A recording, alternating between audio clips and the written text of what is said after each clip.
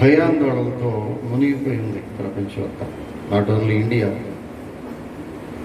ప్రపంచ దేశాల్లో ఉన్న అన్ని జాతుల వారు, అన్ని మతముల వారు, అన్ని కేడర్ల వారు, from bottom to top personalities, దేశ అధినేతలు, దేశాధ్యక్షులు, న్యాయమూర్తులు, ఇంకా టాప్ సెలబ్రిటీస్ అందరూ కూడా ఒకటే భయము. పరుగులు పెడతారు. అంతకుముందు మేకపోతు గాంభీర్యము నటించినటువంటి పెద్ద మనుషులు సైతం భయముతో తల్లడిల్లిపోవటం మనం చూస్తాం. ఎక్కడ చూసిన భయమే, ఆందోళన. తినే భోజనంలో భయము, పండుకునే ఇంటిలో భయము, ఈవెన్ ఏసీ వేసుకోవడానికి భయము, పుష్టికరమైన ఆహారం తీసుకోవడానికి భయము, ఆఫీసులో కూర్చొని పనిచేయడానికి భయం. సినిమా యాక్టర్లు భయపడ్డారు సినిమాలు తీయడానికి, నటించడానికి. ఎక్కడ చూసినా కలవరంతో నిండిపోయినటువంటి ఆర్థిక వ్యవస్థ కుప్పగూలిపోయి, సినీ పరిశ్రమ కుప్పగూలిపోయి, అన్ని విధాలుగా ప్రపంచము హీన స్థితికి వెళ్ళిపోయినటువంటి పరిస్థితి, డిప్రెస్డ్ కండిషన్.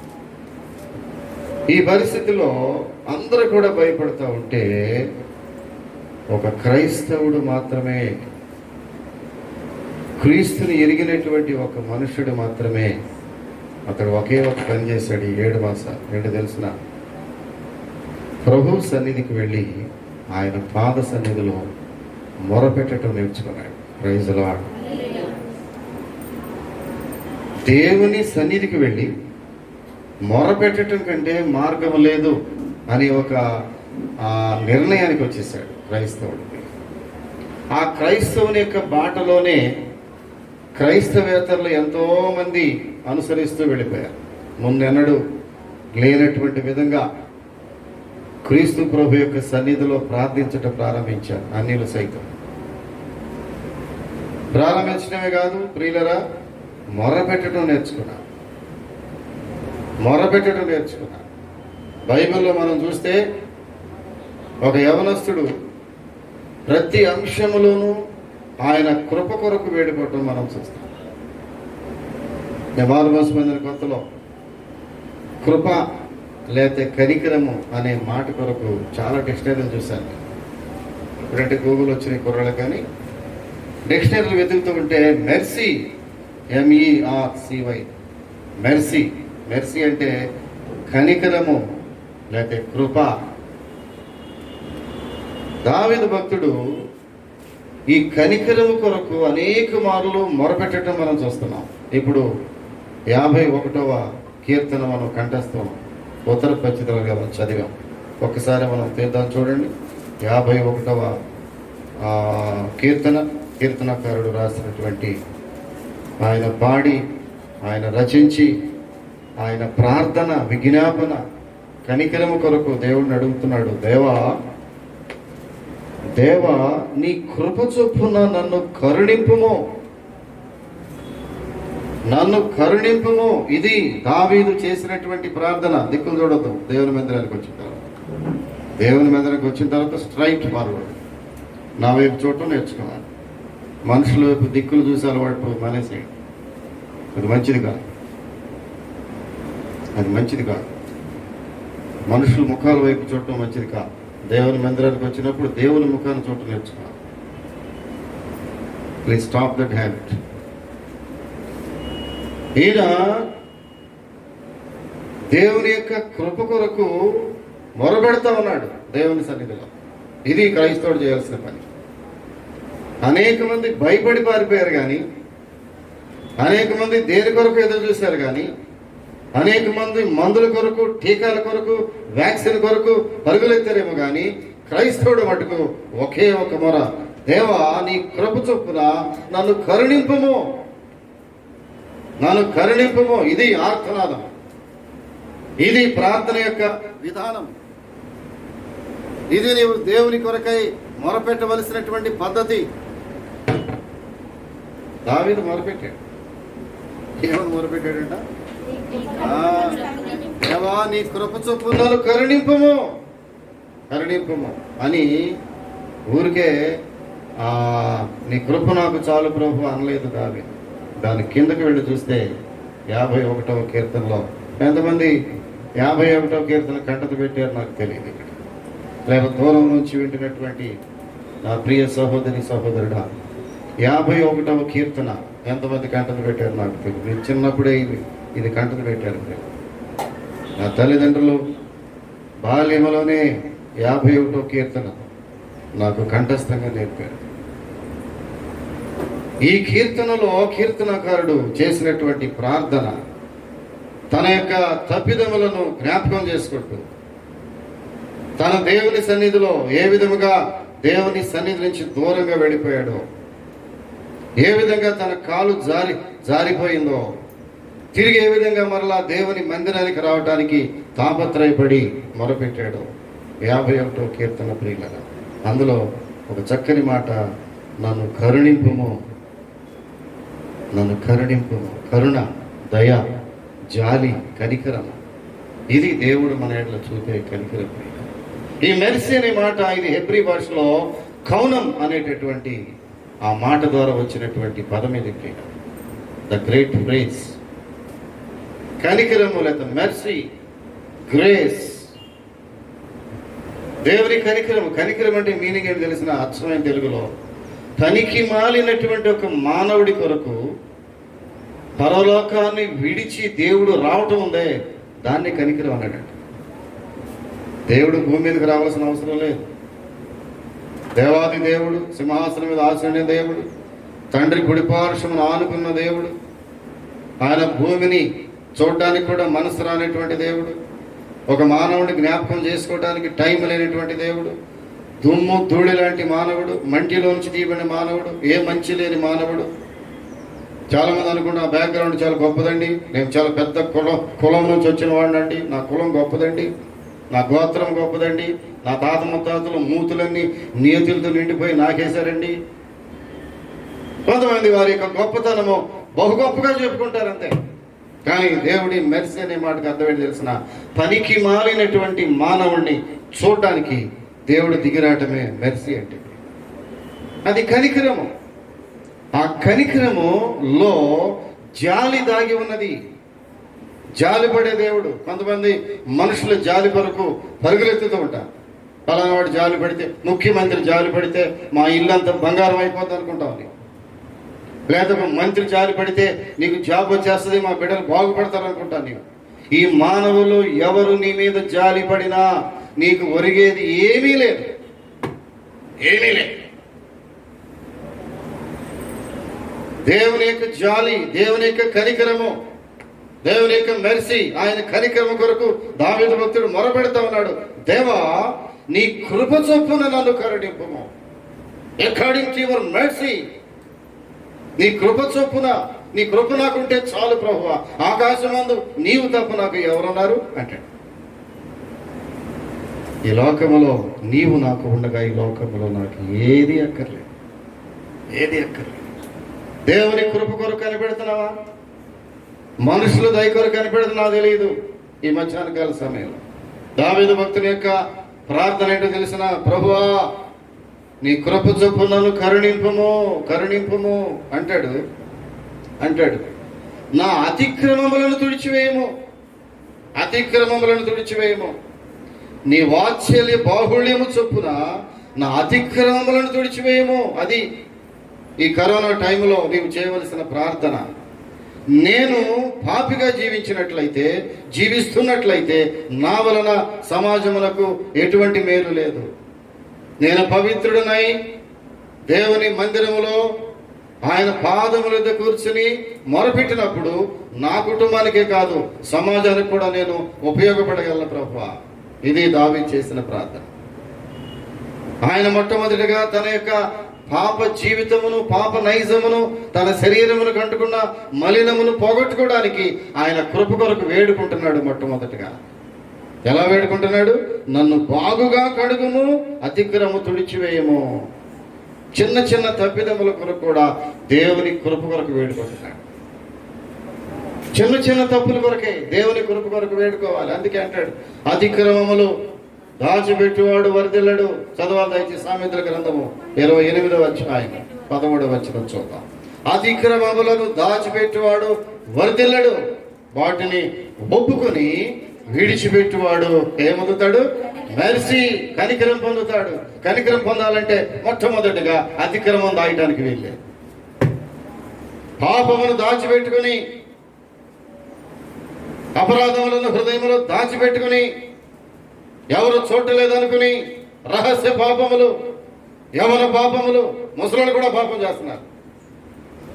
వృద్ధాప్యములో చేసే పాపములు, యవన కాలంలో చేసే పాపములు, అవన్నీ కూడా తల్లిదండ్రులు చూడటం లేదని, భర్త చూడటం లేదని, భార్య చూడటం లేదని ఇష్టానుసారముగా అతిక్రమము దాచిపెట్టువాడు వర్ధిల్లడు, వాటిని ఒప్పుకొని విడిచిపెట్టేవాడు వీళ్ళరా కనికరము పొందుతాడు. Praise the Lord. కనికరము పొందుతాడు. అప్పుడు నీకు దేవుని యొక్క కనికరమైన మీదకి వస్తుంది. దావీదు భక్తుడు మాట్లాడుతున్నాడు, ప్రభువా, దేవా, నీ కృప చొప్పున నన్ను కరుణింపు. మెర్సీ.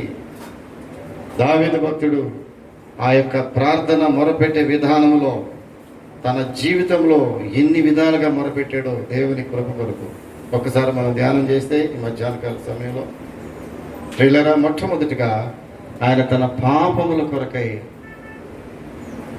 కనికరించమని ప్రార్థన చేశాడు. రెండవదిగా చూసినట్లయితే ప్రియులరా, దావీదు భక్తుడు కీర్తనాకారుడు 9వ కీర్తనలో మరొక రకమైన ప్రార్థన చేస్తాడు. చూద్దాం ఒకసారి మనం 9వ కీర్తన 13వ వచనంలో చూసినట్లయితే, నేను నీ కీర్తి, నేను చదువుతానమ్మా, నేను నీ కీర్తి అంతటినీ ప్రసిద్ధి చేయుచు సియోను కుమార్తె గుమ్మములలో నీ రక్షణను బట్టి హర్షించినట్లు యెహోవా నన్ను కరుణింపుము.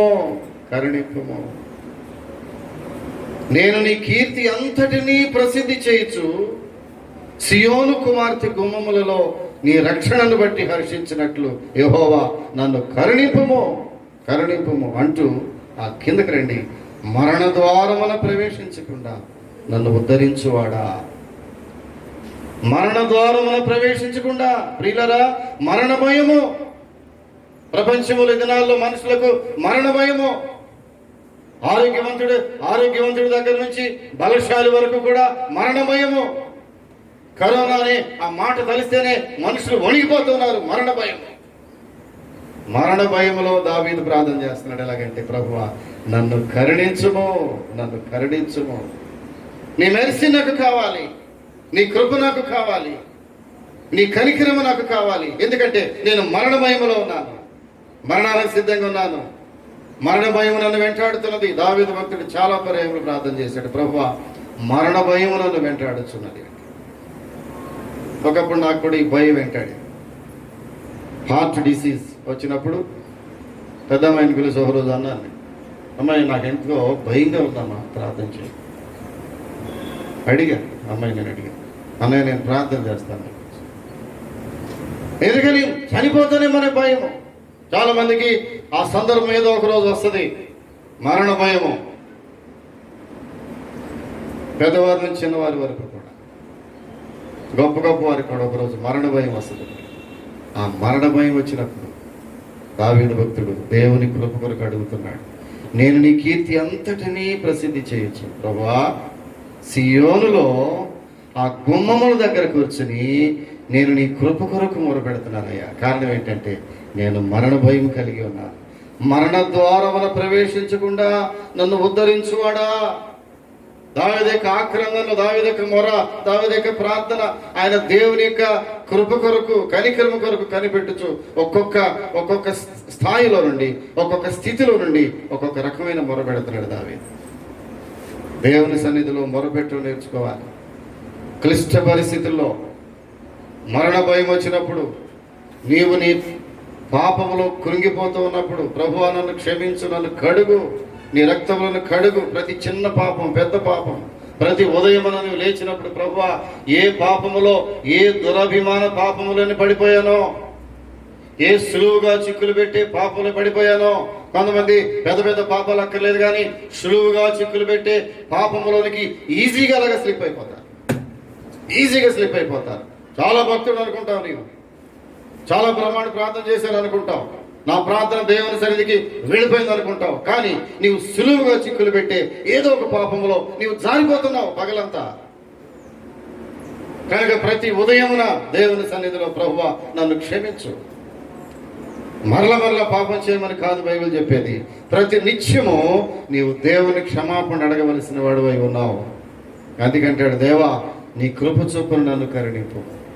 దేవుని యొక్క కృప ఎంత గొప్పది. ఆయన కనికరము నీకు కావాలి. మరణోపాయ పరిస్థితుల్లో ప్రభువా నేను కృంగిపోయి, మరణము ద్వారా కుంగిపోయి నీ సన్నిధిని నేను మరలా అనుభవించినట్లుగా మరణ భయములో దావీదు భక్తుడు ఆయన కృప కొరకు ఆక్రందన చేస్తున్నాడు. ప్రియులారా, నీ రక్షణ బట్టి హర్షించినట్లు యెహోవా నన్ను కరుణింపుము, నన్ను కరుణింపు. అలాంటి ప్రార్థన ఎప్పుడేం చేసావా దేవుని సన్నిధిలో? ఇంకొక రకమైన ప్రార్థన ఎప్పుడు తెలిసిన, ఒకసారి కొన్ని పర్యాయములు దావీదు ఒంటరివాడైపోయాడు. మొట్టమొదటిగా తన అతిక్రమముల నిమిత్తమై దేవుని కృప కొరకు అడిగాడు. నంబర్ 1 కదా. Have you followed these points? Number 1, మొదటిగా దావీదు భక్తుడు దేవుని కృప కొరకు ఎక్కడ ఆక్రమణ చేశాడంటే తన పాపమునకు ప్రాయశ్చిత్తము కొరకే ఆక్రమణ చేశాడు. దేవా నీ కృప నాకు కావాలి, ఎందుకంటే ఈ పాపములో నుంచి నేను బయటపడాలి. మనుష్యుడు పాపములో నుంచి బయటపడాలంటే కేవలము దేవుని కృపే, కేవలము దేవుని కనికరమే. అది లేకపోతే పాపములో నుంచి ప్రాయశ్చిత్తము రాదు. మనకి ప్రాయశ్చిత్తములోనే కనికరం ఉంది, ప్రాయశ్చిత్తములోనే కృప ఉన్నది. ప్రాయశ్చిత్తమనగా ఆయన యొక్క రక్తమును మన కొరకు చిందించుట, ప్రాయశ్చిత్త బలి అన్నాడు. క్రీస్తు ప్రపంచము కొరకై ప్రాయశ్చిత్త బలిగా శిలువలో మరణం పొందకపోయి ఉన్నట్లయితే ఈ లోకమునకు రక్షణ లేదు కదా. ఎవరిచ్చారు రక్షణ? గడ్డాలు పెంచుకొని ఏదోదో పెంచేసుకుని విభూతి రాసుకుని ఏదేదో చేసుకుంటే రక్షణ కలిగిందా? లోకానికి రక్షణ తేగలిగారు ఎవరైనా? యేసు ప్రభు శిలువలో తన యొక్క రక్తమును కార్చి తన శరీరమును రక్తమును సమస్తమును ప్రాయశ్చిత్త బలిగా శిలువలో అర్పించినందు వలన ఆ కనికరము ద్వారా, ఆ కృప ద్వారా నీకు రక్షణ దొరికింది. కృపచేతనే రక్షించబడ్డావు. బైబిల్ ఏం చెప్తోంది? నీవు కృపచేతనే రక్షించబడ్డావు, మరి దేని చేతను కాదు. 100కు కొబ్బరికాయ కొట్టినందువల్ల కాదు, గుడి చుట్టూ ప్రదర్శన చేసిన రక్షణ రాలేదు, సంతర్పణలు చేసినందువల్ల రక్షణ రాలేదు, చందా బాక్స్లో కట్టలు డబ్బులు విరజిమనందువల్ల రక్షణ రాలేదు, నీవేదో ప్రార్థన చేసినందువల్ల రక్షణ రాలేదు. రక్షణ ఎలా వచ్చిందంటే కేవలము కృపను బట్టి రక్షణ వచ్చింది. ప్రభువా నీ కృప బాహుళ్యము, నీ వాత్సల్యత. ఎంత చక్కని మాటలు! నీ కృపా బాహుళ్యము, నీ వాత్సల్యత నన్ను మరలా మనుషుని చేసింది, ఒక పాపిని పరిశుద్ధునిగా చేసింది. నీ కృప మాత్రమే. ఆయన దయ, ఆయన కృప. అందుకే మనము దయ మీద ఆధారపడ్డాం. ఆయన కృప వలన మారు మనసు కాకపోతే, డబ్బులతో కొనుక్కోగలిగితే ఈ లోకములు అనేక మంది భూస్వాములు, ధనవంతులు, వారు ధనాన్ని విరజిమి రక్షణ కొనుక్కునే వాళ్ళేమో కానీ ఆ అవకాశం దేవుడు వారికి ఇవ్వలేదు. ప్రియ కృపచేతనే నీవు రక్షించబడ్డావు. అందుకే దావీదు భక్తుడు అంటున్నాడు, ప్రభువా నీ కృప నాకుంటే చాలు, నీ కృప నాకు చాలు. ఒంటరిగా, ఒకప్పుడు దావీదు భక్తుడు ఒంటరిగా ఉన్నాడు. కీర్తనకారుడు మళ్ళీ రాస్తున్నాడు చూడండి, 25వ అధ్యాయము 25వ కీర్తన 16వ వచనాన్ని మనం జ్ఞాపకం చేసుకున్నాం. ప్రియులు, నేను ఏకాకిని బాధపడువాడను, నా వైపు తిరిగి నన్ను కరుణింపు. దావీదు భక్తుడు చేసే ఆ దేవుని కృప కొరకు చేసే ప్రార్థనలో 3వ భాగం ఏంటో తెలిసిన, ప్రభువా నన్ను కరుణించాలి నీవు, ఎందుకంటే నేను ఏకాకిని అయిపోయా. ఏదో ఒక రోజున ప్రతి మానవుడు ఒక సందర్భంలో ఏకాకి అయిపోవాల్సిందే. నీకు 100 మంది బీరకాయ పీసున్నా, అక్కజిళ్ళు అన్నదమ్ములు, మా బలగమేనా బలగం అంటారు కొంత, మాకు బలగం ఉందండి, ఏం బలగం అంటారు. మా ఇంట్లో ఏదైనా శుభకార్యం జరిగితేనండి మేము ఎవరిని పెరమక్కర్లేదండి, మా వాళ్ళందరూ వస్తే 300 మంది అవుతారు. బలగం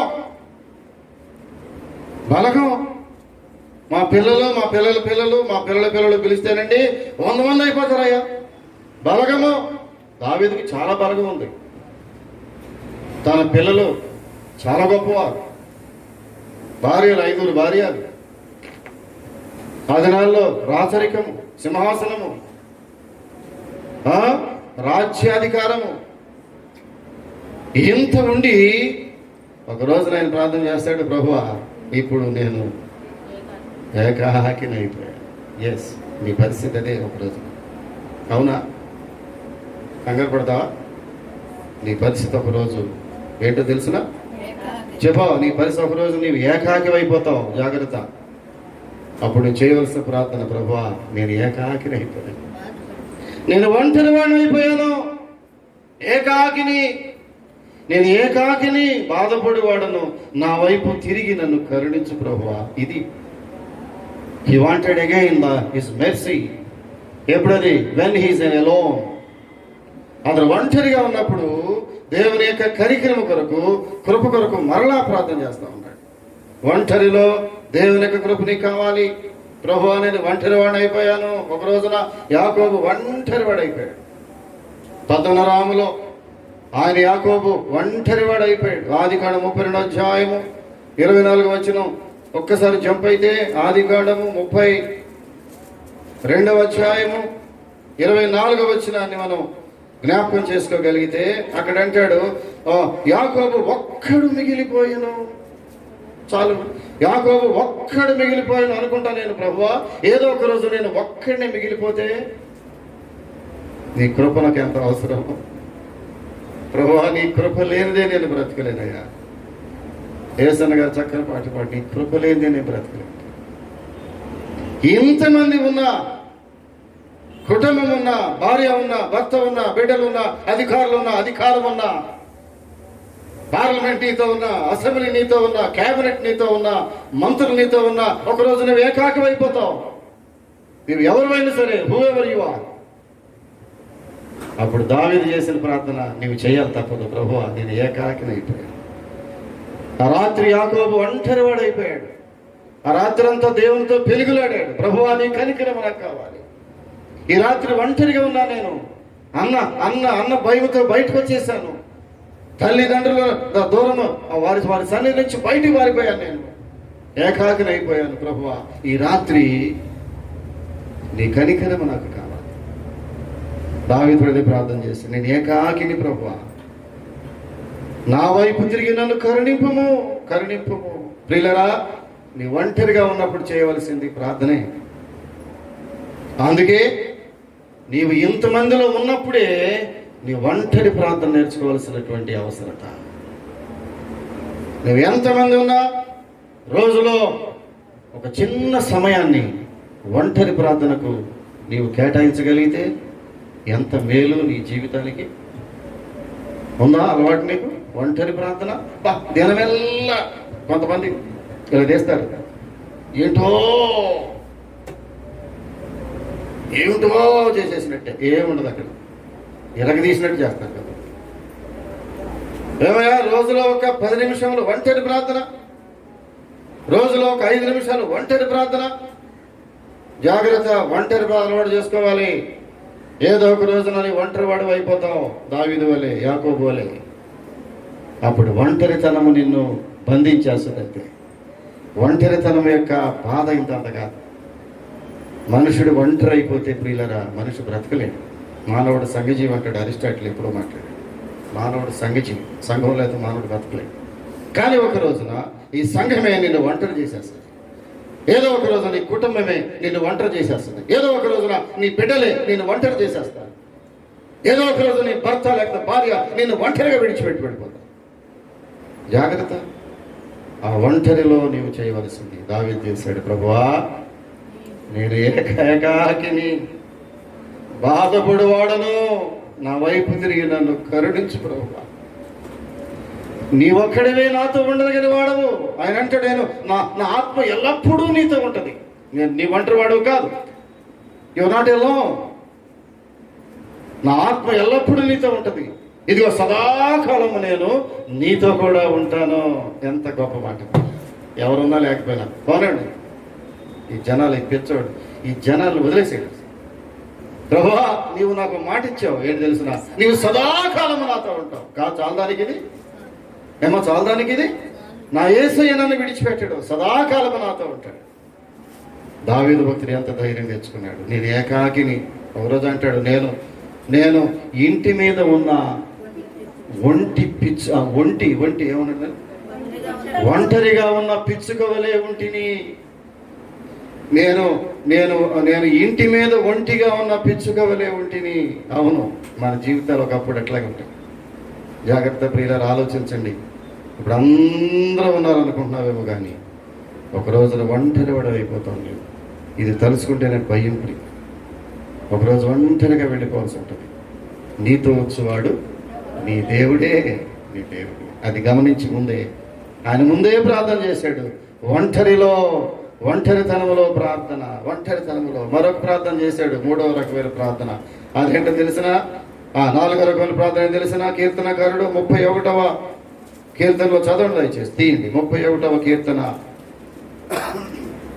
9వ వచనాన్ని మనం జ్ఞాపకం చేసుకుందాం. 31వ కీర్తన 9వ వచనాన్ని జ్ఞాపకం చేసుకున్నట్లయితే ప్రియులారా, నేను చదువుతానమ్మా.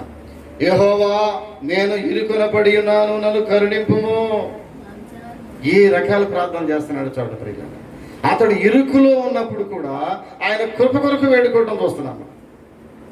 ఆ కిందకే వచ్చినట్లయితే చూడండి, విచారము వల్ల నా కన్ను క్షీణించుచున్నది, నా ప్రాణము నా దేహము క్షీణించుచున్నది. ప్రియులారా, కన్ను ఇక్కడ ఆత్మకు సాదృశ్యం. కన్ను ఆత్మకు సాదృశ్యం. మనలో ఉన్నటువంటి శరీరము, ప్రాణము, ఆత్మ జీవ శరీరములు అని పాట పాడుకుంటాము. మనలో శరీరం ఉన్నది, ప్రాణం ఉన్నది, ఆత్మ కూడా ఉంది. కోడి కోసేస్తే రక్తం కారద్ది, శరీరం ఉంటుంది. దాన్ని పులుసు పెట్టి మనం తినేసాం, ఒక నాటుకోడి కోసి తినేసాం. దానిలో రక్తం కూడా ఉంది, శరీరం ఉంది, దాన్ని తినేసాం. ఏమి లేదు దానిలో. మనలో 3వది కూడా ఉంది. ఏంటది? ఆత్మ కూడా ఉంది. ఈ ఆత్మ, కన్ను ఆత్మకు సాదృశ్యంగా ఒకరోజు ఏం చేశాడంటే, ఈ కన్ను అనే ఆత్మ క్షీణించిపోతా ఉందంట దావీదు భక్తుడు. అప్పుడు మొరపెడుతున్నాడు దేవునికి, ప్రభువా నా కన్ను క్షీణించుచున్నది, నా ఎముకలు క్షీణించుచున్నవి, నా బలము తగ్గిపోవచ్చున్నది, నా దోషమును బట్టి నా బ్రతుకు దుఃఖంతో వెళ్ళబుచ్చుచున్నాను, ప్రాణము దేహము క్షీణించుచున్నది, విచారము నా కన్ను క్షీణించుచున్నది, నేను ఇరుకున పడి ఉన్నాను, నన్ను కరుణింపుము. ఇది మెర్సీ. ఇన్ని బాధల్లో దావీదు ప్రార్థన చేస్తున్నాడు, ప్రభువా నన్ను కరుణింపుము, నీ కృప నాకు కావాలి.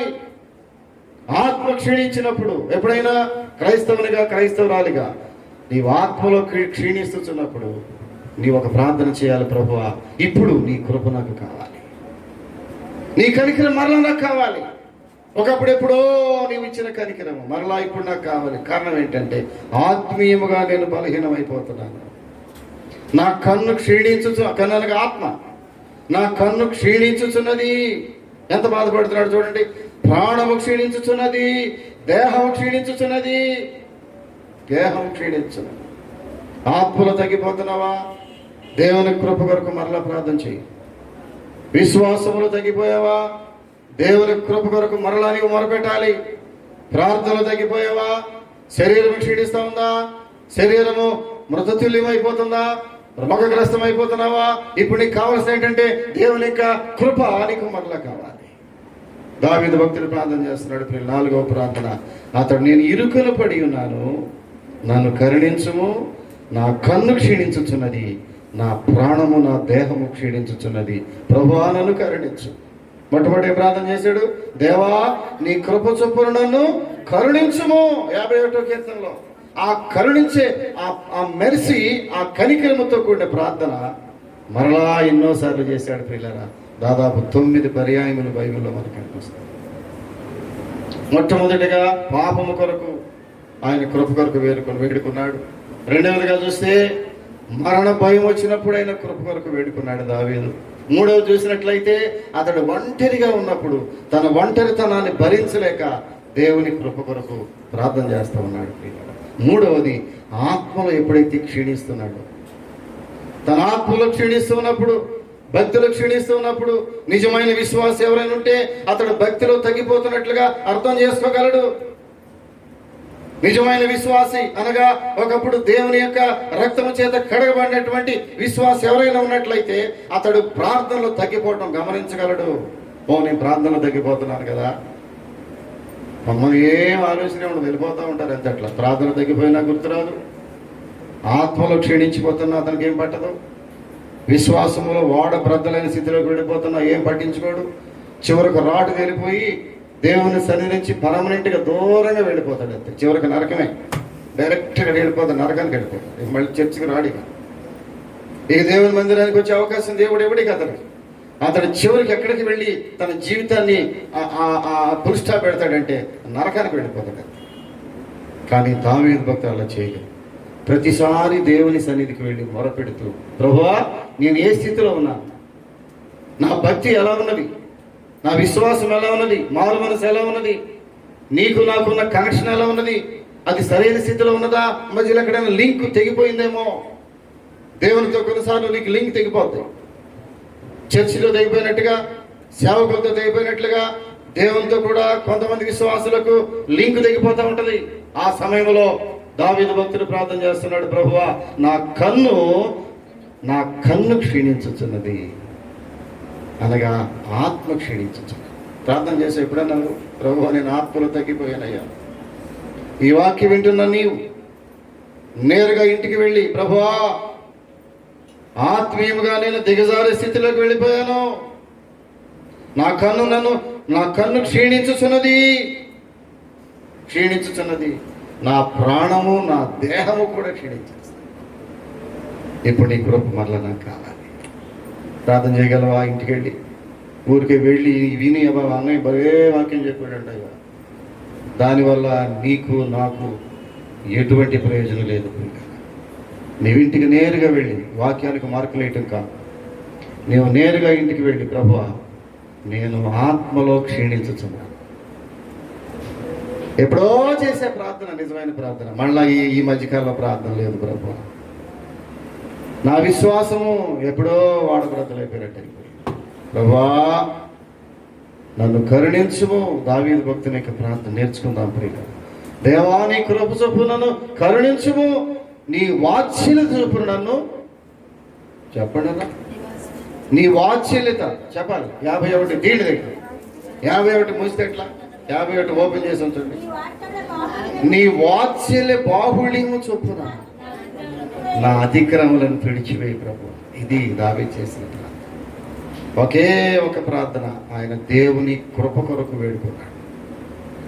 అనేక సందర్భాల్లో, ప్రతి సందర్భంలో, ప్రతి సమస్యలో దేవుని కృప కొరకు ప్రార్థన చేయటం నేర్చుకున్నాడు ప్రియులరా. ఎంత చక్కని ప్రార్థన చేశాడు. ఆయన కృప కొరకు వేడుకున్నాడు, అంతే వేడుకున్నాడు. ఒకసారి దావీదు భక్తుడు అవమాన పాలైపోయాడు. దావీదు తన జీవితంలో అన్ని రకాలైనటువంటి బాధలు అనుభవించినటువంటి వాడు దావీదు. అందుకే దావీదు హృదయము ఎల్లప్పుడూ కృతజ్ఞతతో నిండిపోయి ఉంటుంది. నీవు గమనించే ఉంటావు, బైబిల్ ఎక్కడ అలాంటి వ్యక్తిని మనం చూడలేము. దావీదు భక్తుడు ఎందుకు అంత కృతజ్ఞత అంటే, అన్ని బాధలు, అన్ని కష్టాలు, అన్ని అనుభవాలు గుండా ప్రయాణం చేసి ప్రతి అనుభవంలోనూ దేవుని కృపను పొందుకున్న వ్యక్తి దావీదు. అందుకే అంటాడు, నిన్ను మర్చిపోతే ఎట్లా ప్రభువా, నీవు చేసినవన్నీ నేను జ్ఞాపకం చేసుకోవాలి కదా, నువ్వు ఎన్నిసార్లు మర్చిపోయావు నాకు తెలియదు. దావీదు భక్తుడు అంటాడు, ఆయన చేసిన ఉపకారములలో దేనిని, అరే నా అంతరంగములోనున్న సమస్తమా. దావీదు తన అంతరంగంతో మాట్లాడుతూ అంటాడు, ఇది అబ్బాయి అంతరంగమా దావీదా, నీవు ఎప్పుడైనా దేవుడు చేసిన ఆ ఉపకారాలు మర్చిపోతే పుట్టగతులు లేవైనా. ఎన్నిసార్లు మర్చిపోయావు నాకు తెలియదు. దేవుని కార్యంలో మర్చిపోయి కొంతమంది ఏది జరగలేదో దాన్ని పట్టుకుని లాగుతూ ఉంటారు. పలానా అవ్వలేదండి, మెరిసి ప్రార్థన మందిరికి వెళ్తున్నాం కానండి, ఫలానా పని అవ్వలేదండి అయ్యా. దేవుడు ఎన్ని కార్యములు చేశాడో అవి ఏమి జ్ఞాపకంలోకి రావు నీకు. అవేమి మనసులోకి రావు. దావీదు భక్తుడు అంటున్నాడు, ఆయన చేసిన ఉపకారములలో దేనిని మర్చిపోవద్దు. ఓ భక్తుడు మాట్లాడాడు, దేవుడి నెలలో చేసిన ఉపకారాలు రాయవాయా తెల్లకైతే తీసుకుని. 1, 2, 3 ఏం చేశాడు? 3 చేశాడు, 4 అమ్మో చేశాడంటే 5 ఇది బ్రహ్మాండం చేసి 6 ఎన్ని చేశాడు? ఇవన్నీ గుర్తురావు నీకు. ఏది చేయలేదో, ఏది జరగలేదో దాన్ని పట్టుకుంటావు. అదే మానవుని యొక్క దౌర్భాగ్యం. దావీదు భక్తుడు దానికి భిన్నంగా మాట్లాడుతున్నాడు. నా అంతరంగమా, ఆయన చేసిన ఉపకారంలో దేనిని మరవద్దు. Never forget it. ఎట్టి పరిస్థితుల్లో నీవు మరవద్దు. అందుకంటాడు, ఒక సందర్భంలో దావీదు భక్తుడు అవమాన పాలైపోయాడు. 123వ కీర్తనలో ఆ మాట కనిపిస్తుంది మనకు. చూడండి, ఆ రెండు మాటలు చూసుకుందాం. 123వ కీర్తన 3వ వచనంకి వచ్చినట్లయితే ఆయన అంటాడు, 123వ కీర్తన 3, 4 వచనాలకు వెళితే, యెహోవా మేము అధిక తిరస్కారము పాలైతిమి, అహంకారుల నిందయు గర్విష్ఠు తిరస్కారమును మా మీదకి అధికముగా వచ్చి ఉన్నది. అప్పుడు అంటాడు, మమ్మను కరుణింపుము, మమ్మను కరుణింపుము. Have mercy upon me lord. మమ్మల్ని కరుణింపు. ఎందుకంటే మేము నిందల పాలైతిమి, అవమానముల పాలైతిమి. కొన్నిసార్లు ప్రియులారా, సమాజంలో నీవు అవమాన పాలైపోతావు.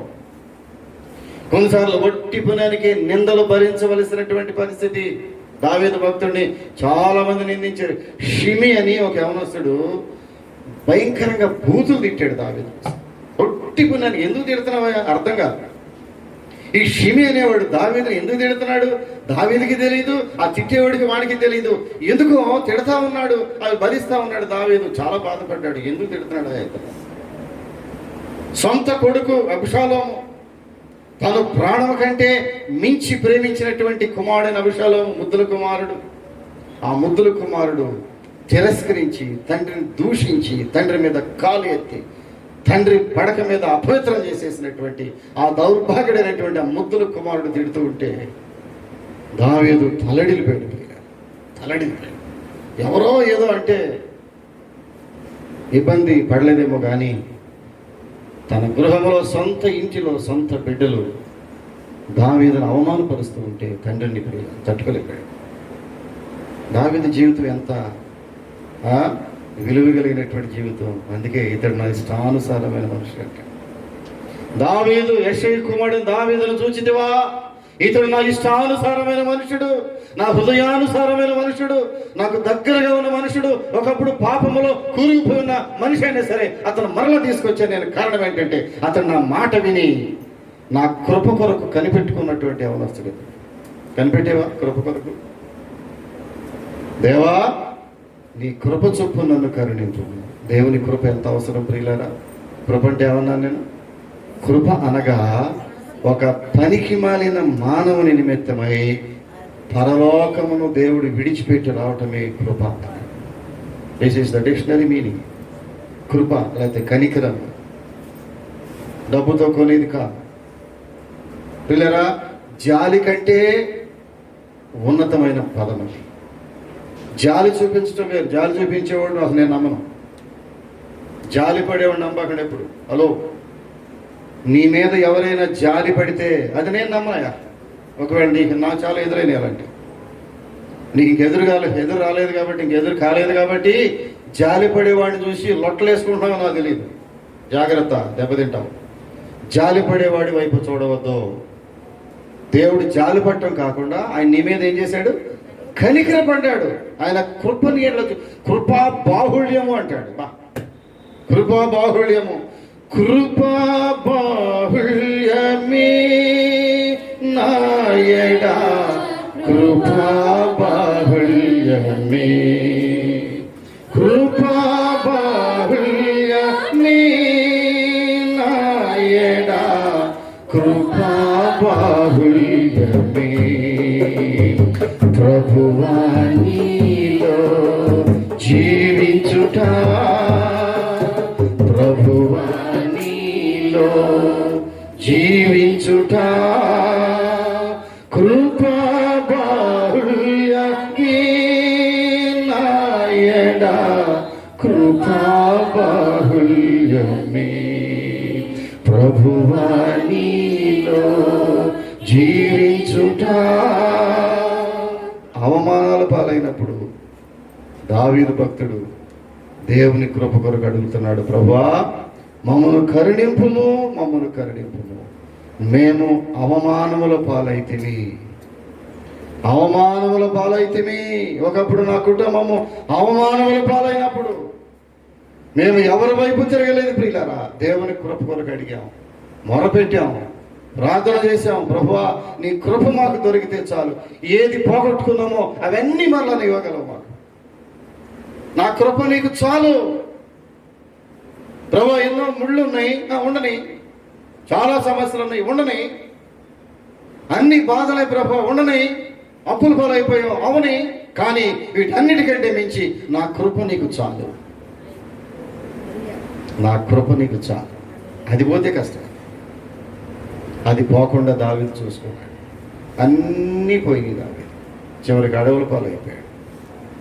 అడవుల్లో నడుస్తూ ఉంటే సున్నితమైనటువంటి దావీదు పాదములు ఆ రాళ్ల మధ్యలో పడి నలిగిపోయి ఆ పాదముల చెంత వచ్చి ఆ రక్తముతో రాళ్ళు తడిసిపోయాయి. సున్నితమైన పాదం. రాజు కదా, సింహాసనం ఉన్న రాజు కదా అతడు. ఆ రాజు రాచరికంలో తన సింహాసనమును దిగి అడవుల్లో తరిమేస్తే తన కుమారుడు ప్రియులరా ఆ అడవుల్లో రాళ్ల మీద నడుస్తూ ఉంటే రాళ్ళన్నీ రక్తసిక్తం అయిపోయినాయి. పాదములతో రాళ్ళు రక్తం వచ్చేసింది. అవమానములు పాలైపోయాడు, అవమానాలు తట్టుకోలేకపోయాడు, తిరస్కారములు పాలైపోయాడు. అవన్నీ కూడా జయించడానికి దావీదు భక్తుడు అంటున్నాడు, ప్రభువా ఇప్పుడు నీ కనికరం నాకు కావాలి. ప్రార్థన చేసేవి ఎప్పుడైనా ఎవరైనా నేను తిరస్కరిస్తున్నప్పుడు, సమాజంలో ఎవరైనా నేను తిరస్కారం మాటలు మాట్లాడినప్పుడు, నీ కుటుంబంలో ఎవరైనా నిన్ను దూషించినప్పుడు, నీ రక్త సంబంధుల్లో నీవు తిరిగి మరలా వారిని దూషించడం కాదు, దేవుని యొక్క కనికరం కొరకు నువ్వు కనిపెట్టుకున్నప్పుడు ప్రియులరా వారందరినీ ఏమన్నాడు దావీదు అంటాడు, నా శత్రువులందరినీ ఒకరోజు నీ మిత్రులుగా చేసేసావు. నా మీద కత్తి ఎత్తిన వారు సైతము వారి నా దగ్గరికి తీసుకొచ్చి అట్లా నా పాదాల దగ్గర పడేసాడు. నేను అనుకుంటుంటా, నా బంధువుల్లో, నా మిత్రుల్లో మమ్మల్ని ఎంతమంది దూషించారో, ఎంతమంది అవమానించారో, ఎంతమంది తేలిగ్గా మాట్లాడారో వారందరూ ఈ రోజున ఆ గేట్ దగ్గర నిలబడి జాగ్రత్తగా లోపలికి వస్తారు. ఒక్కొక్కడు గేట్ దగ్గర అయ్యో మేమేమి ఎవరిని తిరస్కరించడం మీ అందరికీ తెలుసు. ఎవరు మేము తిరస్కరించు, మేమున్న పరిస్థితిని బట్టి ఎప్పుడు ఎవరిని మాట్లాడం. మేము ఆ రోజున ఎలా ఉన్నామో చెప్పాలి. ఆ రోజున అన్ని పోగొట్టుకున్న రోజు మేము ఎలా ఉన్నామో ఈ రోజున మేము ఆ విధముగానే ఉన్నాం. ఇతరుల ఎడల మార్పు లేదు, మార్పు రాలేదు ఇంతవరకు. డిపార్ట్మెంట్ అలాగే ఉంటుంది నా పరిస్థితి, కుటుంబంలో దేవుని సేవకురాలు అలాగే ఉంటారు, నా బిడ్డలని దేవుడు అలాగే పెంచుతున్నాడు. మార్పు లేదు. ఏమి ఉన్నా లేకపోయినా ఇప్పుడు అంతా ఉన్నా మార్పు లేదు. కానీ వారే గేట్ దగ్గర నిలబడి రావటాన్ని సంకోచిస్తారు. కారణం ఏంటంటే ఒకప్పుడు వారు మమ్మల్ని నిందించిన వారు, ఒకప్పుడు నిందల పాలైపోయింది, మా కుటుంబం నిందల పాలైపోయింది. కానీ అన్నాడు ఎవరిని దూషించలేదు. ప్రభువా నీ కనికరం మాకుంటే చాలు, నీ కృపా బాహుళ్యం మాకుంటే చాలు. ప్రభువా నీవు నన్ను కరుణింపము. ప్రియులరా ఐదవదిగా అవమానాల పాలైనప్పుడు దావీదు దేవుని కృప కొరకు వేడుకుంటూ మనం చూస్తున్నాం. ఆరవదిగా చూసినట్లయితే ప్రియులరా ఆయన బలము కొరకు ప్రార్థన చేశాడు. ప్రియులరా 86వ కీర్తనలో ఒక మాట చూద్దామా? దయచేసి కష్టం అనుకోకుండా బైబిల్ తీసి చూడండి. 86వ కీర్తనలో 16వ వచనాన్ని కనుక మనం జ్ఞాపకం చేసుకుంటే 86వ కీర్తనలో ఆయన అంటాడు, నా తట్టు తిరిగి నన్ను కరుణింపు అనే మాట జ్ఞాపకం చేసుకోవాల్సిన మెర్సీ, కృప, కనికరము, దాని మీద వెళ్తున్న వాక్యం. నేను నన్ను కరుణింపుము. కారణం ఏంటంటే నీ సేవకునికి నీ బలము అనుగ్రహింపుము, నీ సేవకురాలు కుమారుని రక్షింపుము. బలము. ఒకప్పుడు దావీదు యొక్క బలము క్షీణించిపోయింది. దావీదు బలశాలి కదా, యుద్ధ నేర్పరి. 2 చేతులతో కాదు 4 చేతులతో యుద్ధం చేస్తాడు. నా చేతులకు ఆ యుద్ధమును, నా వ్రేళ్లకు పోరాటమును నేర్పినవాడు ఆయనే. దావీదు భక్తుడు యుద్ధానికి వెళ్ళి బాణములు విసురుతూ ఉంటే చెచ్చరు పిడిగలకు చేశాడు అంతే. ఎవరికి అసలు అడ్డం? దావీదు ఆ బాణములకు అడ్డం వెళ్ళేవాడు లేడా రోజులు. అసలు అంత యుద్ధ నైపుణ్యం కలిగినటువంటి వాడు, యుద్ధ నైపుణ్యములో ఆరుతేరినటువంటి వాడు దావీదు. సింహము బలము కంటే మించిన బలము కలిగిన వాడు దావీదు. ఒక రోజున గొర్రెల దగ్గరికి సింహము కానీ వెలుగుబండి వచ్చి దాన్ని చీల్చిపడేశాడు. చెప్పండి ఇప్పుడు దావీదు ఎంత బలశాలి, దావీదు ఎంత బలమో. గొలియాతును ఒకటి కాదు, రెండు కాదు, 3 కాదు, 7 పాట పడుతున్నారమ్మా. 3 కాదు, 4 కాదు, 5 కాదు. ఉండమ్మా జాయిస్ నా తల్లిని అంటున్నా. అది కాదు ఇది కాదండి. ఏంటంటే కాదు తాత, ఒక్కటే 5వ రాయి తీసుకుని క్వాటాడంట. జాయిస్ అంటది నేను. 1 కాదు, 2 కాదు, 3 కాదు, 4 కాదు, ఎన్ని కాదమ్మా అన్ని కాదు కాదు, 5వ తీసుకుని క్వాట. అది దావీదు యొక్క బలం. దావీదు ఎంత బలమో, కానీ ఒక రోజున దావీదు బలం క్షీణించిపోయింది. అవును, ఒకరోజు సహోదరుడా, అమ్మా నీ బలం కూడా ఒకరోజు క్షీణించిపోతుంది, జాగ్రత్త. ఆ క్షీణించినప్పుడు, ఆ బలము క్షీణించిన ఆ తరుణంలో దావీదు ప్రార్థన చేస్తున్నాడు, ప్రభువా ఇప్పుడు మరలా నీ కృప నాకు కావాలి. Praise the Lord. చప్పట్లు కొడదాం అందరూ వస్తారు. Praise the Lord. నీ బలము క్షీణించినప్పుడు మరలా దేవుని యొక్క ఆ కృప కనికరం మరలా నీకు కావాలి. ప్రభువా నన్ను కరుణింపుము. మరలా ప్రార్థన చేస్తా ఉన్నాడు దావీదు. బలము క్షీణించినప్పుడు దావీదు యొక్క ప్రార్థన, ప్రభువా నన్ను కరుణించుము. బలము పోయింది ప్రభువా, నేను కృషించిపోయినాను, నా బలము పోయింది.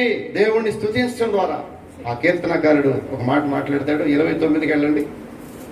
29వ కీర్తనలో బలము గురించి ఒక చక్కని మాట ఏమంటాడంటే 11వ వచనములో అంటాడు, యెహోవా తన ప్రజలకు బలమును అనుగ్రహించును. యెహోవా తన ప్రజలకు సమాధానము కలుగజేసి వారిని ఆశీర్వదించును. బలము యెహోవా అనుగ్రహించాల్సిందే. బలము ఆయనదే. యెహోవా నా బలము అంటాడు. యెహోవా నా బలము. Boost is the secret of my energy అనలేదు. బూస్ట్ తాగి డబ్బాలు తాగితే బలం వస్తుందంటే చూస్తాడు. బూస్ట్ తాగితే బలం వస్తుందా? ఏమీ రాదు. ఆ బూస్ట్ అంతా ఏం పొడి అనుకుంటున్నారా మీది? ఏం పొడేది? చుట్టూ తౌడే, అంత ఏముంటుంది బూస్ట్. ఆ బూస్ట్ తాగేసి ఒక్కొక్కటి ఇట్లా చూసుకుంటాడు, బలం ఉందని. యెహోవా నా బలము. యెహోవా నా బలమా, యథార్థమైనది నీ నామం, పరిపూర్ణమైనది నీ మార్గం. యెహోవా నా కాళ్ళను ఎడి కాళ్ళగా చేసి ఎత్తైన స్థలములో శక్తితో నిలిచి, నా కాళ్ళను ఎడి కాళ్ళగా చేసి ఎత్తైన స్థలములో శక్తితో నిలిచి, రక్షణ కేడెము నాకందించి, రక్షణ కేడెము నాకందించి, అక్షయముగా తన పక్షము చేర్చిన, అక్షయముగా తన పక్షము చేర్చిన యెహోవా నా బలమా, యథార్థమైనది నీ మార్గం, పరిపూర్ణమైనది నీ మార్గం. యెహోవా. కీర్తనకారుడు అనేక సందర్భాల్లో దేవుని కృప కొరకు మొరపెట్టినట్లుగా మనం చర్చిస్తున్న వాక్య భాగంలో ప్రియులారా, చివరిగా ఏంటో తెలిసిన దావీదు భక్తుడు మరొకసారి దేవుని కృప కొరకు అడుగుతున్నాడు. ఒకసారి ఆయన ప్రాణము, ఆయన శరీరము అన్నీ కూడా కృషించిపోయినాయి అంటాడు. యెహోవా నేను కృషించి ఉన్నాను, నా జీవితము కృషించిపోయింది. ఎంత ఎంత నలిగిపోయాడో చూడండి, క్రష్ అయిపోయాడు. దావీదు భక్తుడు తన జీవితంలో నలగగొట్టబడ్డాడు, కృషింపబడ్డాడు, ఒంటరివాడైపోయాడు. తన ఆత్మ, శరీరము, ప్రాణము కృషించిపోయింది. పాపముతో కృషించిపోయాడు, దేవుని దూరం అయిపోయాడు, ఒంటరివాడైపోయాడు, అవమానాల పాలైపోయాడు. ప్రతిసారి కూడా దేవుని కృప కొరకు మొరపెట్టడం మనం చూస్తున్నాం. ఎక్కడ కూడా ఆయన మౌనంగా లేడు ప్రియులారా. ఆయనకు కలిగిన బాధల్లో అనేక బాధలు నీకు వచ్చి ఉండలేదు ఇంకా నీకు.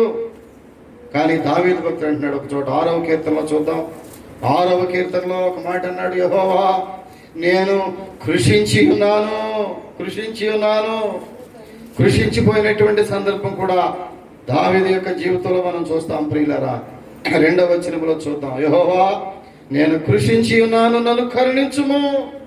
యెహోవా నా ఎముకలు అదురుచున్నవి, నన్ను బాగు చేయము. నా ప్రాణము బహుగా అదురుచున్నది. యెహోవా ఎంతవరకు నీవు కరుణింపక యుద్ధము. యెహోవా తిరిగి రమ్ము, నన్ను విడిపింపుము. నీ కృపను బట్టి నన్ను రక్షించుము. కృప, కనికరము, మెర్సీ, గ్రేస్, ఎంత మంచి మాటలు ప్రియుల. ఇది లేకుండా బ్రతకలేదు, ఈ కృప లేకుండా నేను బ్రతకలేను ప్రభు ఏమన్నాడు. ఒక మూమెంట్లో అతడు కృషించిపోయి అతడి ఎముకలు కూడా అదిరిపోతా ఉన్నాయి. ఎముకలు కదిలిపోతున్నవి. కొంతమంది ఎముకలు కదిలిపోతాయి అంతే. సహజంగా 60-70 సంవత్సరాలు వచ్చేటప్పటికి ఎముకలు మెత్తపడిపోతాయి. అందుకని టిపుకుమంట పలానా వాళ్ళు బాత్రూములు పడ్డారండి కదా, ఒక దెబ్బ టుపుక్కుమంది. ఊరి పట్టమే టుపుక్కుమంటామా, జాగ్రత్త. 60 దాటిపోతే ఎముకలు మెత్తపడిపోతాయి. బాత్రూమ్ ఏం చేయాలి? కొంతమంది బాత్రూంలోకి వెళ్తే పచ్చగా ఉంటుంది, రంగేసి కాదు. ఎక్కడిది బాత్రూమ్? టాయిలెట్లు ఎట్లా ఉంటాయి? జాగ్రత్త. టాయిలెట్ వలన నీవు ఎలా ఉన్నావో చెప్పేసి. కొంతమంది టాయిలెట్లోకి వెళ్ళి రావటమే, మళ్ళీ వేరే పని జరగదు కదా అంటారు. నీట్గా ఉండాలి, ఇల్లు నీట్గా ఉండాలి. నడిచేటటువంటి ఫ్లోరింగ్ నీట్గా ఉండాలి. కాస్ట్లీ ఫ్లోరింగ్ కాదు, చైనా నుంచో లేకపోతే జపాన్ నుంచి తెచ్చిన రాళ్ళు బరవక్కర్లా. నీకున్నటువంటి ఫ్లోరింగ్ నీవు నీట్గా చేసుకోవాలి. నీకున్న టాయిలెట్ నీవు నీట్గా చేసుకోవాలి. రోజు ఉదయం లేచి టాయిలెట్కి అడిగాడు ఎంతమంది ఉన్నారు? Very good. 2, yes, 3 టాయిలెట్ నేను అడుగుతా, నా పిల్లలకి అడుగుతా. టాయిలెట్ చూడడానికి మా పని మనిషి అక్కర్లా, మేమే రుద్దుతాం. రుద్ది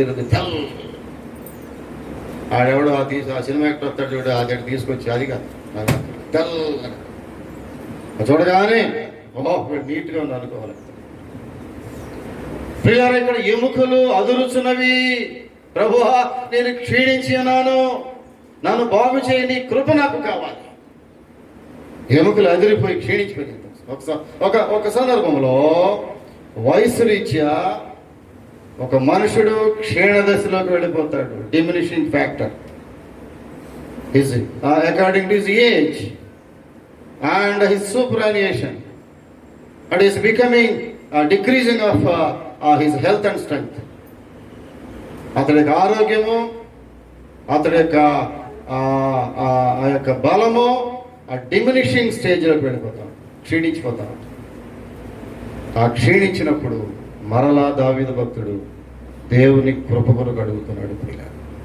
ఆయన కృప కొరకు. శరీరంలో కొన్నిసార్లు రోగముల వల్ల క్షీణించిపోతూ ఉంటాం, కొన్నిసార్లు రోగముల చేత క్షీణించిపోతుంటాం. రోగములు ఆ రోగాలేంటో పిచ్చ రోగాలు వచ్చేస్తున్నాయి ఈ మధ్యలో. ఆ రోగాలు కానీ పేర్లు కూడా తెలియక పిచ్చ పేర్లు పెడుతున్నారు కొంతమంది. ఆ పేర్లు పిచ్చ పేర్లు నీకు తెలియక వెళ్ళిపోతావు, ఏంటో లక్షలు ఖర్చు పెట్టుకొచ్చేస్తావు. మన ఎవడో ఒక డాక్టర్ ఒక అప్లికేషన్ పెట్టి నాకు ఇచ్చాడు, ఒక పెద్ద డాక్టర్ పెద్దవాడు, చాలా పెద్ద డాక్టర్, పెద్ద హాస్పిటల్. ఎవరు అన్నారంటే పాల్ గారికి ఏమన్నా అప్లికేషన్ కలెక్టర్ గారు చేయించేస్తారు. ఏంటంటే 15 బెడ్లు కావాలి మాకు, కోవిడ్ బెడ్లు కావాలి, కోవిడ్ పేషెంట్స్కి 15 బెడ్లకు పర్మిషన్ ఇవ్వండి సార్ అని కలెక్టర్ గారికి పెట్టి DM and HO district medical and health ఆఫీసర్కి ఇవ్వాలి, నాకు తెలుసు. ఓ రికమెండ్ చేయమంటాడు. ఈ తీరా చూస్తే ఏంటి అతను ఇంటెన్షన్ ఏంటి తెలిసిన, ఒక్కొక్క బెడ్కి ఒక 5 రోజులు 6 రోజులు ఒక పేషెంట్ జాయిన్ చేస్తే 8 లక్షలు ఒక ఒక ఒక ప్యాకేజ్ అనమాట. 8 లక్షల ప్యాకేజ్ వాడికి కోవిడ్ అయితే. సరే అలాంటి వాళ్ళు కూడా చేయించుకుంటున్నారు. 8 లక్షలు ఏంటి, ₹1 కోటి కూడా చేస్తున్నారు. ప్రియులరా, రకరకాల జబ్బులు కోటాను కోట్లు ఖర్చు పెడతా ఉన్నారు.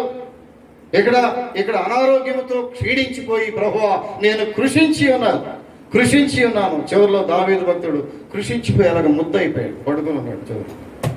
ఆ టైంలో ప్రార్థన చేస్తున్నాడు, ప్రభువా నా ఎముకలు అదురుచున్నవి, నన్ను బాగు చేయము, నా ఎముకలు అదురుచు. జాగ్రత్త ప్రియులరా, వృద్ధాప్యములో దేవుని కృప నీకు కావాలి. యవన దశలో దేవుని కృప నీకు కావాలి. నిందల పాలైనప్పుడు దేవుని కృప నీకు కావాలి. నీ ఒంటరిగా అయిపోయినప్పుడు దేవుని కృప తప్ప ఇంకేది నీకు రాదు. చివరిగా దావీదు భక్తుడు మాట్లాడుతున్నాడు. ఆయన నా నీతికి ఆధారమగు దేవా అంటాడు కీర్తనకారుడు 4వ అధ్యాయంలో. ఒక మాట చూసి ముగిస్తాను ప్రియులారా, టైం అయిపోయింది. కీర్తనకారుడు 4వ కీర్తనలో మాట్లాడతాడు. మొదటి వచనములో ఒక మాట అంటాడు, నా నీతికి ఆధారమగు దేవా, నేను మొరపెట్టినప్పుడు నాకు ఉత్తరమేమో, ఇరుకులో నాకు విశాలత కలుగు చేసిన వాడవు నీవే, నన్ను కరుణించి నా ప్రార్థన అంగీకరించము. కరుణించనే మాట కావాలా? నన్ను కరుణించి నా ప్రార్థన ఆలకించు ప్రభువా. దేవుడు కరుణించే దేవుడు ప్రియులారా, ఆయన కృప చూపే దేవుడు. ఆయన కృప ముందు నీకు ఈ ప్రపంచంలో ఏది పనికిరాదు. చివరికి ఒక ఆయన నరకంలోకి వెళ్ళిపోయి ప్రార్థన చేశాడు తెలుసా, ప్రభువా నన్ను కరుణించు అయ్యా. నరకంలోకి ఏమవుతామా, కృప వెళ్ళిపోద్ది. అప్పటికి కృపను దాటి అతడు వెళ్ళిపోయాడు. ఒకడు ధనవంతుడు అనేవాడు. ఆ ధనవంతుడు ప్రార్థన చేస్తాడు. లోకాసువార్త 16:24 అంటాడు, తనను కరుణించుమని కేకలు వేశాను. ధనవంతుడు కూడా ప్రార్థన చేశాడు. దేని కొరకు? కృప కొరకు ప్రార్థన చేశాడు. మంచిదే, ప్రార్థన మంచిదే, బ్రహ్మాండమైన ప్రార్థన చేశాడు. కానీ టైం అయిపోయింది. అప్పుడు టైం అయిపోయింది. అబ్బాయి తప్పయా, నువ్వు భూమి మీద ఉన్నప్పుడు నువ్వు అసలు కనీసం నోరు తెరవలేదు. ఆ లాజరు గారు నీ టేబుల్ దగ్గర కూర్చుని నువ్వు పడేసే రొట్టె ముక్కలు తింటా ఉంటే పూటు కాలుతో ఆడి బట్టు తన్నేవు తప్ప ఆడి మాటలు వినలేదు నువ్వు. ఇప్పుడేమో నన్ను కరుణించయ్యా కరుణించని ప్రార్థన చేస్తున్నావు. సమయం అయిపోయింది ప్రియుల. నీకు సమయం ఉండగానే ఈ రోజున కృపాకాలంలో నీవు ఉన్నావు. భూమి మీద దేవుని కృప అల్లలాడుతుంది. ఇంకా ఒక రోజున భూమి మీద నుంచి కృప ఎత్తివేయబడతాయి. ఒక రోజున, please note this point, remember it, జాగ్రత్త గుర్తుపెట్టుకో. నువ్వు అవునన్నా కాదన్నా ముమ్మాటికి నిజం. ఒక రోజున ఈ కృప భూమి మీద నుంచి తీసివేయబడుతుంది. హృదయంలో నాటుకోవాలి మాట. ఈ కృప ఎత్తేసిన తర్వాత ఇదిగో ధనవంతుడు ప్రార్థన చేస్తున్నాడు, నన్ను కరుణించు ప్రభు. ఎక్కడ కరుణింకా? అటు నరకంలోకి వెళ్ళిపోతే అవకాశాలు పోయినాయి. భూమి మీద అవకాశాలు ఇచ్చాడు దేవుడు. ఆదివారం అవకాశం ఇచ్చాడు దేవుడు. దేవుని సేవకులను నీ కొరకు పంపించాడు. దేవుని యొక్క సంఘాలు నీ కొరకు ఉంచాడు. అనేక మంది నీ కొరకు ప్రార్థన చేశారు. అనేకులు సువార్త ప్రకటించారు. నీకు చెవులు జోరీలాగా మొత్తుకున్నారు. ఒక్క మాట కూడా వినలేదు సుమా, దేవుని వ్యతిరేకించావు. ఇప్పుడు నరకంలో గడిపిన తర్వాత ప్రభువా నన్ను కరుణించుము. దావీదు యొక్క ప్రార్థన అక్కడ చేస్తే ప్రయోజనం లేదు. బ్రహ్మాండమైన ప్రార్థన చేశాడు, కానీ ఏమాత్రం ప్రయోజనం లేకుండా పోయింది. ఆయన కృప కొరకు కనిపెట్టుకున్న వారు కావాలి. దేవుని రాకటి సమయంలో ప్రియులరా, దేవుని కృప నీకు కావాలి. ఈ రోజు నుంచి నీ ప్రార్థన, ప్రభువా నీ కృప నాకు గుర్తించాలి. ఇదిగో ఇరుకులో ఉన్నాను, నీ కృప నాకు కావాలి. ఇదిగో ప్రభువా నేను ఒంటరిగా ఉన్నాను, నీ కృప నాకు కావాలి. ప్రభువా ఇంకా పాపము నాలో ఏలుబడి చేస్తూ ఉంది, ఇప్పుడు నీ కృప నాకు మరలా కావాలి. నీ కృప బాహుళ్యమే నా పాపములను పరిహరించగలదు, ఇంకేది క్షమించలేదు ప్రభువా. చివరికి ఆయన రాకడలో ఒక్కసారి పేతురు అంటాడు, మొదటి పేతురు పత్రికలో ఈ మాట మీకు అవసరం.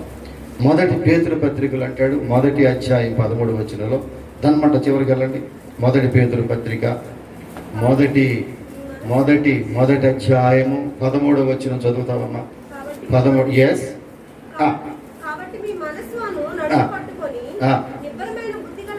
యేసుక్రీస్తు ప్రత్యక్షమైనప్పుడు యేసుక్రీస్తు ప్రత్యక్షమైనప్పుడు మీకు తేబడు కృప విషయమై సంపూర్ణ నిరీక్షణ కలిగి ఉండి. ఆయన రాకడ సమయంలో యేసు ప్రభువు వస్తున్నప్పుడు, మేఘాలు వస్తున్నప్పుడు ఆ మేఘాల మీద నుంచి ఏం తీసుకొస్తాడు నీకంటే ఏదో తాయిలు బందరు మిఠాయి ఏదో లడ్డూలు అయిపడ్డాడు, కృపను పట్టుకొస్తాడంతే. ఆయన రెండవ రాకడలో మేఘారూఢుడుగా వచ్చుచున్నప్పుడు ఆయన చేతిలో పుష్కలముగా దేవుని కృపతో నిండి వస్తాడు. ఆ కృప నిన్ను ఆవరిస్తుంది. ఆ కృప పట్టుకుని అంతే నీవు కూడా ఆ మేఘం మీద ఎక్కేస్తావు అంతే. చేయబట్టుకుంటే వెళ్ళిపోతావు. కొంచెం పట్టుకొని చేయబట్టుకుని లాగుతారు చూడు. ఈ చివరం తోకలేకపోతే ఏం చేస్తారు? పెద్దవాళ్ళకి చెయ్యి అందిస్తారు.